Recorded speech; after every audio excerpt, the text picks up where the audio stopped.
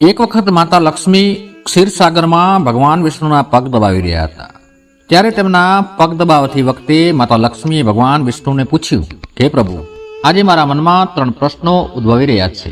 જો તમે કૃપા કરી અને આ 3 પ્રશ્નોના જવાબ આપી અને મને સંતુષ્ટ કરશો તો મારા મનને ઘણી શાંતિ મળશે. ત્યારે ભગવાન વિષ્ણુ કહે છે કે હે દેવી, તમારા મનમાં ગમે તેવા પ્રશ્ન હોય તમે કોઈ પણ સંકોચ વિના પૂછી શકો છો. હું ચોક્કસપણે તમારી શંકાનું નિરાકરણ કરીશ. ત્યારે દેવી લક્ષ્મીજી પૂછે છે કે પ્રભુ, તે કઈ સ્ત્રી છે જેને પુત્ર પ્રાપ્તિનું સુખ નથી મળતું? મારો બીજો પ્રશ્ન એ છે કે કઈ સ્ત્રી અકાળે વિધવા બને છે? અને મારો ત્રીજો પ્રશ્ન એ છે કે કયો શણગાર કરવાથી સ્ત્રીને સ્વર્ગમાં સ્થાન મળે છે? ત્યારે ભગવાન વિષ્ણુ કહે છે કે હે દેવી, તમારા 3 પ્રશ્નો ખૂબ જ મહત્વપૂર્ણ છે. આ પ્રશ્નોના જવાબો જગતના કલ્યાણ માટે છે, જે તમે ધ્યાનથી સાંભળજો. ભગવાન વિષ્ણુ દેવી લક્ષ્મીજીને કહે છે કે દેવી, આજે હું તમને એક ખૂબ જ નાની પરંતુ પવિત્ર વાર્તા કહીશ. તમને આ વાર્તા દ્વારા તમારા બધા પ્રશ્નોના જવાબો મળશે, પરંતુ તમે આ વાર્તા ધ્યાનથી સાંભળશો. આ વાર્તા કથા ક્યારે અધૂરી ન સાંભળવી જોઈએ. આ કથામાં સમગ્ર વિશ્વનું કલ્યાણ છુપાયેલું છે. જે કથા ધ્યાનથી સાંભળે છે તેના હું 32 પાપો માફ કરું છું. ત્યારે દેવી લક્ષ્મીજી કહેવા લાગ્યા કે પ્રભુ, હું તમને વચન આપું છું કે હું આ કથા પૂરી હૃદય અને ભક્તિથી સાંભળીશ. માટે તમે કૃપા કરી અને કથા વાર્તા શરૂ કરો. દર્શક મિત્રો, મારી તમને બધાને પણ વિનંતી છે કે તમે પણ આ વાર્તા સંપૂર્ણ સાંભળો, કારણ કે અધૂરું સાંભળવાથી અધૂરું જ્ઞાન પ્રાપ્ત થાય છે અને અધૂરું જ્ઞાન હંમેશા નુકસાનકારક સાબિત થાય છે. કથા વાર્તા શરૂ કરતા પહેલા આપ તમામને મારી એક નમ્ર વિનંતી છે કે કમેન્ટ બોક્સમાં જય માં લક્ષ્મી અને જય શ્રી હરિવિષ્ણુ અવશ્ય લખજો, જેનાથી માતા લક્ષ્મી અને પ્રભુ શ્રી હરિવિષ્ણુના આશીર્વાદ આપણા સૌના ઉપર સદૈવ બન્યા રહે. તો ચાલો શરૂ કરીએ આજની આ વાર્તા કથા. ભગવાન વિષ્ણુ લક્ષ્મીજીને કહે છે કે દેવી, એક સમયે મધ્ય દેશમાં એક નાનું શહેર હતું. એ શહેરમાં એક શેઠ રહેતા હતા. એ શેઠને 2 પુત્રો હતા અને તેના બંને પુત્રો પરણિત હતા. શેઠના ઘરમાં કોઈ વસ્તુની કમી નહોતી, પણ શેઠની પત્નીનો સ્વભાવ ખૂબ જ દુષ્ટ હતો. શેઠની પત્ની અને શેઠના મોટા પુત્રની પત્ની બંને જ દુષ્ટ સ્વભાવના હતા. એ બંને દુષ્ટ સ્વભાવની હતી. શેઠની પત્ની તેની મોટી પુત્ર વધુને ખૂબ જ પ્રેમ કરતી હતી, પણ તેના નાના પુત્રની પત્ની સાથે ખરાબ વર્તન કરતી હતી. ઘરની સૌથી નાની વહુ એટલે કે નાના પુત્રની પત્ની ખૂબ જ સારા સ્વભાવની, ઈશ્વર ભક્ત અને ભક્ત સ્ત્રી હતી. તે ઘરના તમામ કામકાજ એકલી કરતી હતી અને ઘરના કામમાં નિપુણ હતી. આટલો સારો સ્વભાવ હોવા છતાં તેની સાસુ તેની સાથે હંમેશા ખરાબ વર્તન જ કરતી હતી. તે હંમેશા તેનું અપમાન કરતી હતી. આની પાછળનું કારણ પણ એ હતું કે મોટી વહુને એક પુત્ર હતો અને નાની વહુને પુત્ર ન હતો, પણ નાની વહુએ એક પુત્રીને જન્મ આપ્યો હતો. શેઠની પત્ની દીકરીને જન્મ આપવા બદલ તેની નાની વહુને વારંવાર મેણા ટોણા મારતી હતી, પણ નાની વહુ બિચારી શું કરી શકે? ભાગ્યમાં જે લખ્યું હોય તે જ મળે છે. ભગવાન વિષ્ણુ કહે છે કે દેવી, હવે હું તમને આ નાની વહુની પૂરી વાર્તા કહું. આ સાથે તમને પહેલા પ્રશ્નનો જવાબ મળી જશે કે કઈ સ્ત્રીને પુત્ર પ્રાપ્ત નથી થતો. શેઠની પત્ની તેની નાની વહુને સૌથી વધુ હેરાન કરતી હતી. નાની વહુનું નામ સુકન્યા હતું અને તેના સાસુ સસરાને સુકન્યાને ત્રાસ આપવામાં ખૂબ જ મજા આવતી. બિચારી સુકન્યા રોજ સવારે બ્રહ્મ મુહૂર્તમાં ઘરના બધા જ કામકાર કરી જતી અને આખો દિવસ કામ કર્યા પછી તેને માંડ રાત્રે જ આરામ કરવા મળતો હતો. તેમ છતાં શેઠની પત્ની તેની નાની વહુને ધિક્કારતી હતી. નાની વહુ જ્યારે ઝાડુ મારતી ત્યારે તેની સાસુ આવીને તેણે ટોણા મારતી અને કહેતી કે તારા હાથમાં જીવ છે કે નહીં? જલ્દી જલ્દી કચરો કાઢ, હું મંદિર જાઉં છું. હું પાછી ફરું તે પહેલાં ભોજન તૈયાર હોવું જોઈએ અને અન્નનો એક પણ દાણો બગાડ ન થવો જોઈએ. બિચારી સુકન્યાએ ચૂપચાપ તેની સાસુનો ત્રાસ સહન કરવો પડતો હતો અને તેની સાસુના દરેક આદેશનું ખૂબ જ નમ્રતાથી પાલન કરતી હતી. પછી રસોઈ બનાવતી વખતે નાની વહુ વિચારવા લાગી કે હું આટલા ઘરનું કામ કરું છું, પરંતુ થોડોક આરામ પણ કરી શકતી નથી. મારી સાસુ મને એક યા બીજા બહાને ટોણા મારતી રહે છે. ખબર નહીં ક્યારે તેમની ટોણા મારવાની આદત જશે. સુકન્યા આટલું વિચારતી હતી કે અચાનક તેના ઘરનો દરવાજો ખટખટવાનો અવાજ આવ્યો. નાની વહુએ વિચાર્યું કે જમવાનું તો હજી તૈયાર પણ નથી થયું અને મારી સાસુમાં આજે વહેલા પાછા આવી ગયા એવું લાગે છે. જ્યારે સુકન્યાએ દરવાજો ખોલ્યો તો દરવાજે એક સાધુને ઉભેલા જોયા. તે સાધુ સુકન્યાને કહેવા લાગ્યા કે દીકરીએ હંમેશા સાધુ ભૂખ્યા છે, માટે આ સાધુ માટે થોડું અન્નદાન કર દીકરી, મને ખૂબ જ ભૂખ લાગી છે.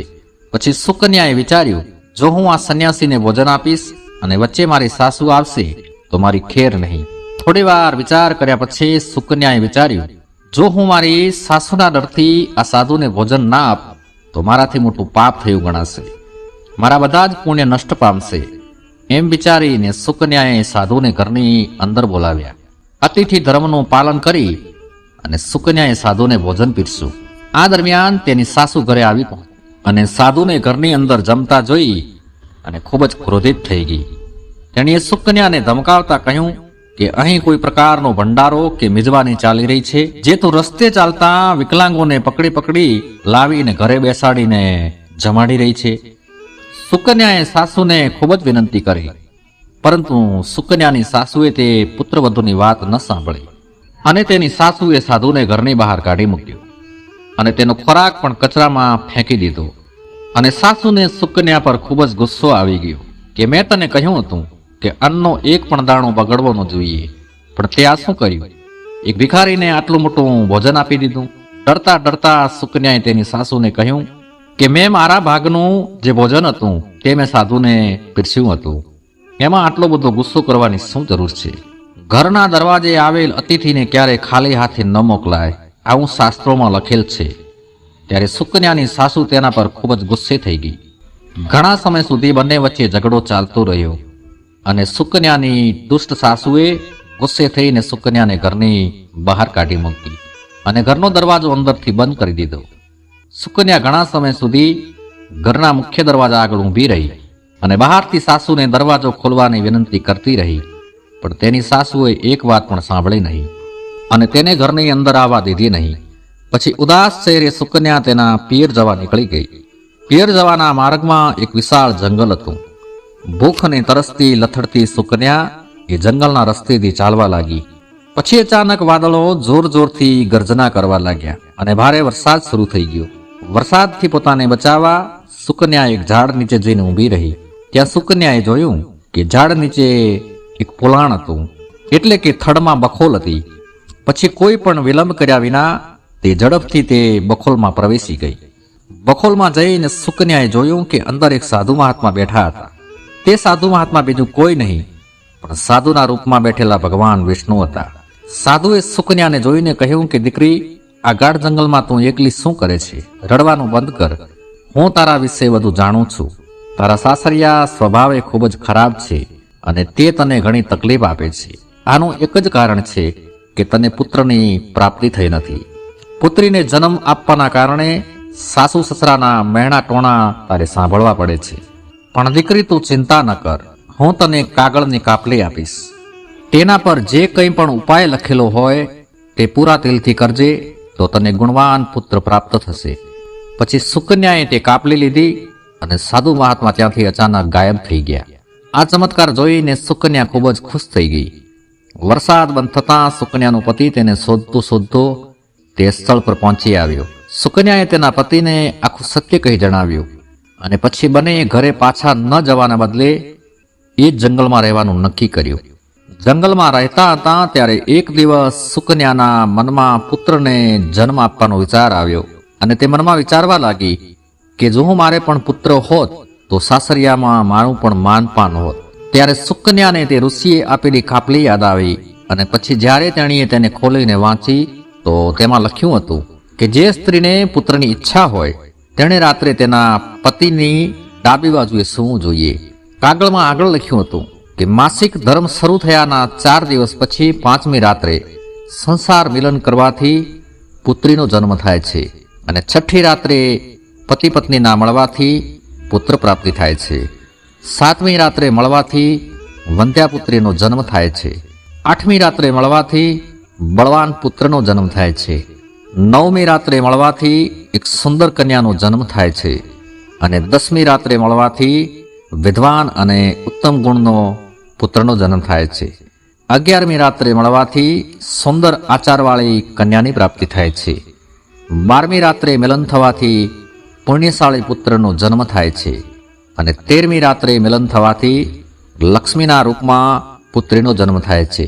14મી રાત્રે સંસારિક મિલન કરવાથી એક ગુણવાન, બુદ્ધિશાળી અને મજબૂત પુત્રનો જન્મ થાય છે.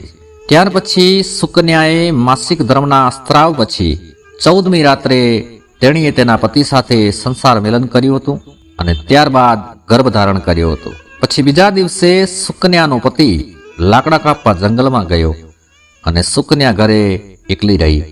ત્યારે અચાનક જોરદાર તોફાન આવ્યું અને સુકન્યાની ઝૂંપડી ઉડી ગઈ. પછી સુકન્યા દોડી અને એ જ ઝાડના એ જ બખોલમાં જઈ અને છુપાઈ ગઈ, જ્યાં તેને તે સાધુ મળ્યા હતા. સુકન્યા ત્યાં તેના પતિની રાહ જોઈ રહી હતી. ત્યારે અચાનક બે રાક્ષસીઓ ત્યાં આવી પહોંચી.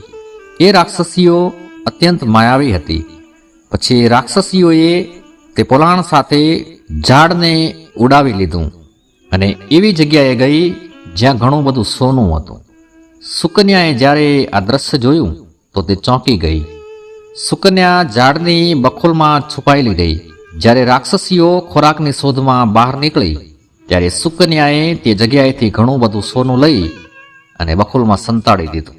જ્યારે રાક્ષસીઓ પાછી ફરી તો તે ફરીથી ઝાડ પર બેઠી અને ઝાડને ઉડાવી તે જંગલમાં પાછી આવી ગઈ. રાક્ષસીઓના ગયા પછી સુકન્યા તેના પતિ પાસે ગઈ અને સાથે ઘણું બધું સોનું પણ લઈને ગઈ. ત્યારબાદ પતિ અને સુકન્યા બંને તેમના ઘરે પરત ફર્યા. ત્યાં જઈને સુકન્યાએ સોનું તેની સાસુને આપ્યું અને તેને આખી હકીકત કહી જણાવી. તેની સાસુ ખૂબ ગુસ્સે થઈ ગઈ અને બોલવા લાગી, હે મૂર્ખ સ્ત્રી, તું આટલું સોનું લાવી છે? આટલા સોનામાં શું થાય? જો હું ત્યાં હોત તો ઘણું બધું સોનું લઈ આવી હોત. પછી તેની સાસુ પણ તે જંગલના ઝાડની બખોલમાં જઈને સંતાઈ ગઈ અને રાક્ષસીઓની રાહ જોવા લાગી. પછી તે બે રાક્ષસીઓ ત્યાં આવી અને પછી તેઓ તે ઝાડને ઉપાડી અને બરફના પર્વત પર લઈ ગઈ. તેથી સુકન્યાની સાસુ ખૂબ ગુસ્સે થઈ ગઈ અને બોલવા લાગી કે તમે આ મને ક્યાં લાવી? અહીં તો માત્ર બરફ અને માટી જ છે. પછી તે રાક્ષસીઓએ તેનો અવાજ સાંભળ્યો અને જોયું કે એક વૃદ્ધ સ્ત્રી ઝાડની બખોલમાં છુપાઈને બેઠી હતી. રાક્ષસીઓએ તેને બહાર કાઢી અને બર્ફીલા પહાડ પર ફેંકી દીધી. જમીન પર પટકાતાં જ તેનું મૃત્યુ થયું. અહીં સુકન્યા ખૂબ જ આનંદથી જીવન જીવી રહી હતી, પરંતુ સુકન્યાની સાસુ પાછી ના આવી. તેથી સુકન્યાએ જઈ અને તે ઝાડની બખોલમાં જોયું કે ત્યાં તેની સાસુ નહોતી. તેને સમજાઈ ગયું કે તેની સાસુનું જીવન લોભના કારણે સમાપ્ત થઈ ગયું છે. ભગવાન વિષ્ણુ કહે છે કે હે લક્ષ્મી, જે પણ સ્ત્રીને પુત્ર પ્રાપ્તિની ઈચ્છા હોય તેણીએ સુકન્યાને મેં આપેલી કાગળની પરચીમાં જણાવેલા ઉપાયોનું પાલન કરવું જોઈએ. અને તમારો બીજો પ્રશ્ન એ હતો કે સ્ત્રી કયા કારણસર વહેલા વિધવા થઈ જાય છે? જે સ્ત્રી અતિ લોભી, લાલચી અને દુર્ગુણી હોય છે તે અકાળે સમયથી પહેલા વિધવા બને છે. અને જે સ્ત્રી પોતાના ચારિત્ર્યનો શૃંગાર ધારણ કરે છે તે મૃત્યુ પછી પણ સ્વર્ગને પ્રાપ્ત કરે છે. સ્ત્રીએ ક્યારેય પોતાના ચારિત્ર્યનું બલિદાન ન આપવું જોઈએ. તો દર્શક મિત્રો, ભગવાન વિષ્ણુએ માતા લક્ષ્મીને આ રીતે આ વાર્તા કથા દ્વારા એ સમજાવ્યું હતું કે કઈ સ્ત્રીઓ સમયથી પહેલા વિધવા થાય છે અને કઈ સ્ત્રીઓ પુત્ર પ્રાપ્તિથી વંચિત રહે છે. હું આશા કરીશ કે તમને આ વાર્તા કહાની પસંદ આવી છે. વિડીયોને લાઈક કરજો અને કમેન્ટમાં જય માં લક્ષ્મી, જય શ્રી કૃષ્ણ જરૂરથી લખજો. ચેનલને પણ સબસ્ક્રાઈબ કરજો. આપ સૌનો ખૂબ ખૂબ આભાર. ધન્યવાદ.